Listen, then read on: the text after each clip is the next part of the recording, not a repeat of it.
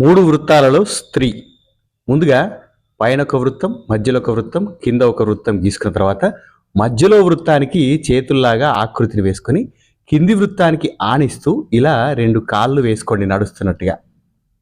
తర్వాత ఇది పెన్సిల్తో వేసుకోవాలి. దానిపైనే మీరు పెన్నుతో ఇలా ఆ పైన వృత్తానికి తల భాగాన్ని 2 కళ్ళు, ముక్కు, ఆవిడ క్రాఫ్, తర్వాత ఈ రెండో వృత్తానికి మనం గీసుకున్నటువంటి ఆ సన్నని గీతను చేతుల రూపంలో పెన్నుతో ఇలా ఆకృతిని మలచుకోండి.